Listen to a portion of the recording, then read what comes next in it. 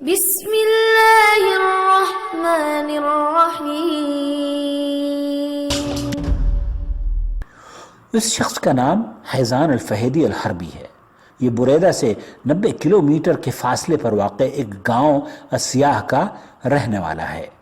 قسیم کی شرعی عدالت میں فیصلہ جیسے ہی اس کے خلاف کیا گیا تو اس نے خود کو رو رو کر اپنی داڑھی کو آنسوؤں سے تر بتر کیا ہی، مگر اس کو دیکھنے والے لوگ بھی زار و قطار رونے لگے۔ آخر کس بات پر یہ زار و قطار رونا اور غش بڑھ جانا؟ اولاد کی بے رخی، خاندانی زمین سے بے دخلی؟ حیزان کی بیوی نے اس پر خلا کا دعویٰ کیا، نہیں ایسا تو کچھ بھی نہیں ہوا۔ تو پھر آخر کس بات کا رونا؟ یہ قصہ تصوراتی ہرگز نہیں ہے بلکہ سچا اور حقیقت پر مبنی ہے، جس کی تفاصیل سعودی عرب کے ایک بڑے اخبار الریاض کے صفحہ اول پر شائع ہوئیں۔ مملکت کی کئی بڑی مساجد کے منبر سے ائمہ کرام نے اپنے خطبات میں اس واقعے کا ذکر کیا۔ سینکڑوں عربی ویب سائٹس اور فورمز پر لوگوں کی آنکھیں کھولنے والے اس واقعے کی مختصر طور پر تفصیل ہم آپ کی خدمت میں پیش کرنے کی سعادت حاصل کر رہے ہیں۔ حیزان اپنی ماں کا بڑا بیٹا ہے۔ اکیلا ہونے کی وجہ سے سارا وقت اپنی ماں کی خدمت اور نگہداشت پر صرف کرتا تھا، اس کی دیکھ بھال کیا کرتا تھا۔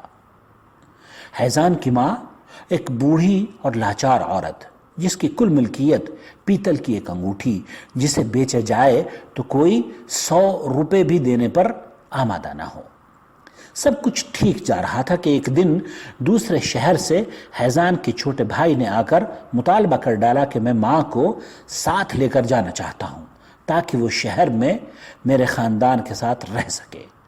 حیزان کو اپنے چھوٹے بھائی کا اس طرح آ کر ماں کو شہر لے جانے کا ارادہ بالکل پسند نہ آیا۔ اس نے اپنے بھائی کو سختی سے منع کیا کہ وہ ایسا نہیں کرنے دے گا۔ ابھی بھی اس کے اندر اتنی ہمت، سکت اور استطاعت باقی ہے کہ وہ ماں کی مکمل دیکھ بھال اور خدمت کر سکتا ہے۔ دونوں بھائیوں کے درمیان تو تکار زیادہ بڑھی تو انہوں نے معاملہ عدالت میں لے جانے کا فیصلہ کر لیا، مگر معاملہ عدالت میں جا کر بھی جوں کا توں ہی رہا۔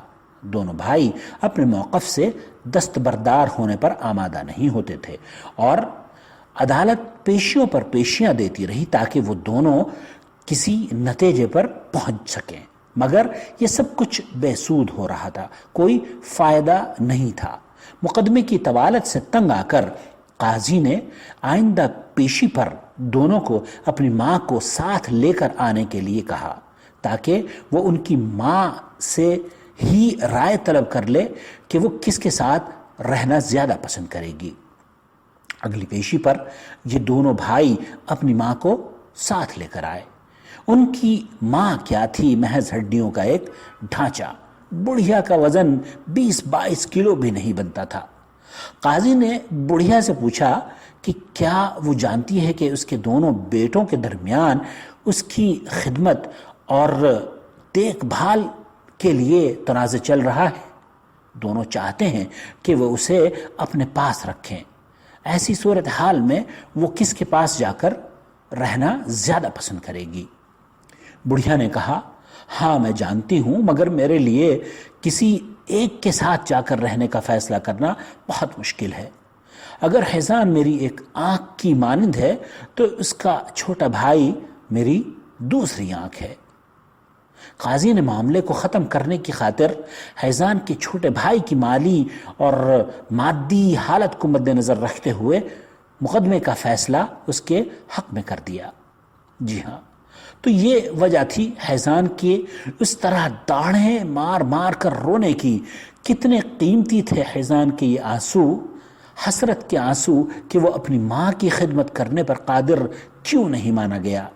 اتنا عمر رسیدہ ہونے کے باوجود بھی ماں کی خدمت کرنے کو، سعادت حاصل کرنے کے لیے یہ جدوجہد، شاید بات حیزان کی نہیں، بات تو ان والدین کی ہے جنہوں نے حیزان جیسے لوگوں کی تربیت کی اور انہیں بر الوالدین کی اہمیت اور عظمت کا درس دیا۔ اللہ رب العالمین ہماری اولاد کو بھی اپنے والدین کی خدمت کرنے کی توفیق سے نوازے۔ وہ لوگ پیاری ماں مجھ کو تیرے